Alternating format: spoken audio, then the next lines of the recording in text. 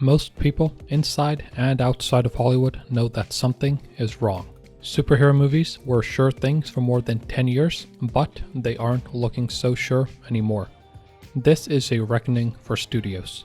They've relied on summer tentpoles for so long, there's not enough institutional wisdom to account for what happens when they fail. It's not just superhero movies either. A lot of big budget movies are flailing. There are two issues that afflict studios, and they're very closely linked. First, the budgets are too large.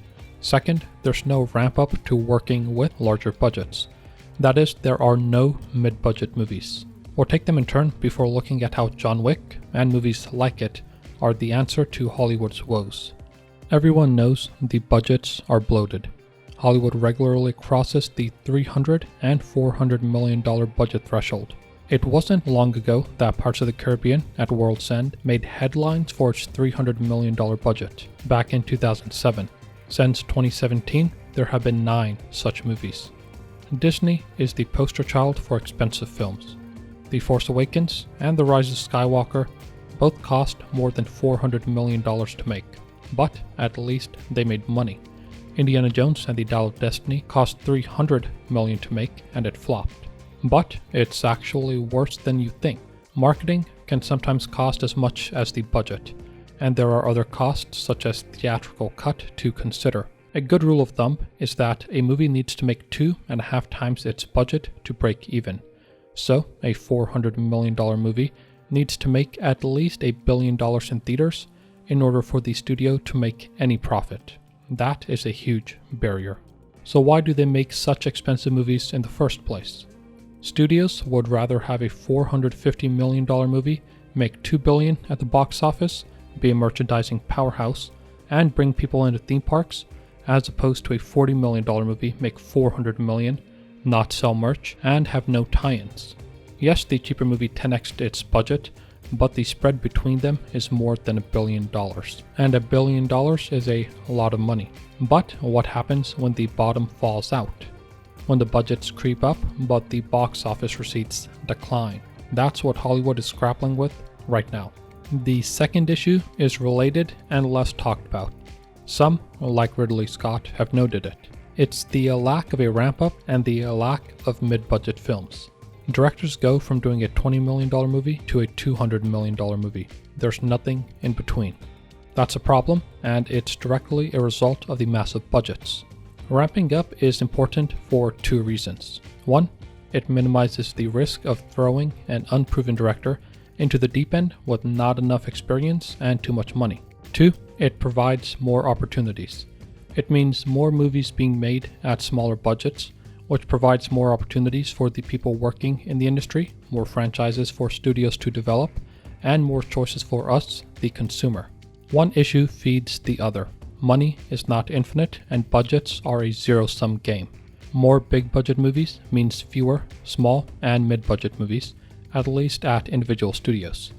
The reason there are no mid-budget films is because the big-budget features have all that money going to them.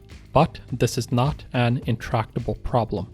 There is one shining example of how it should be done. A beloved series of movies that prove you can fix both issues at the same time. Of course, I'm talking about the John Wick franchise. The series, led by director Chad Stahelski and lead actor Keanu Reeves, should be the model for Hollywood to follow. I won't get into the plot except say that if you haven't seen them, you're missing out. John Wick is a masterclass in how to build a successful franchise by zeroing in on a few things: casting, consistency, genre, and style. The John Wick movies did not have huge budgets to begin with. They're all rated R, and R-rated movies usually make less at the box office. That's why the achievement is all the more impressive. They had smaller marketing budgets than their PG-13 counterparts, and still managed to be a successful franchise thanks to being great movies. And all of it built from the ground up. After the first one was a success, the second one got a bigger budget. After the second one was a success, the third one got a bigger budget, and the same for the last one. And none of the budgets were out of control. They ramped up, increasing bit by bit as Stahelski and Reeves proved their success in the arena.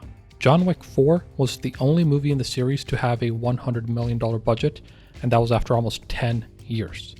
It was well deserved. John Wick started as a $20 million movie. Now it's a $1 billion franchise with comic books, a TV show, and more, all from what was, in the end, a small risk. All of it organic, and all of it built from the ground up. The quality started and stayed high.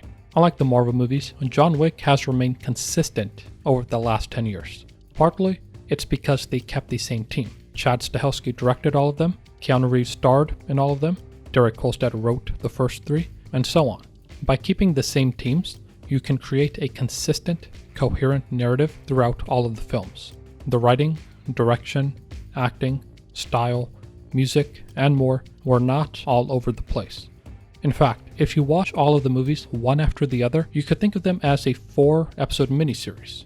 Now, none of this is easy to do, especially when the studios have been following the big budget playbook for so long. But it's not impossible so long as studios keep some important things in mind. First, keep things simple. People don't want complicated movies. The first John Wick is simple. A hitman's dog, the last gift from his dead wife, is murdered, and he gets revenge on the perpetrators. Now granted, it's more complicated than that, but that's what everyone remembers. Second, style should match concept. The John Wick movies are action movies featuring an underground component in the Continental. They're darkly lit and keep violence front and center. They're confidently made. They know exactly what they are, and they don't try to be something they're not. They're genre movies in the truest sense. And third, keep teams together. This lets the movie create a world. World building is the most important thing to creating a franchise and getting people interested. Inconsistent narratives will mean inconsistent viewers, which will result in an inconsistent box office.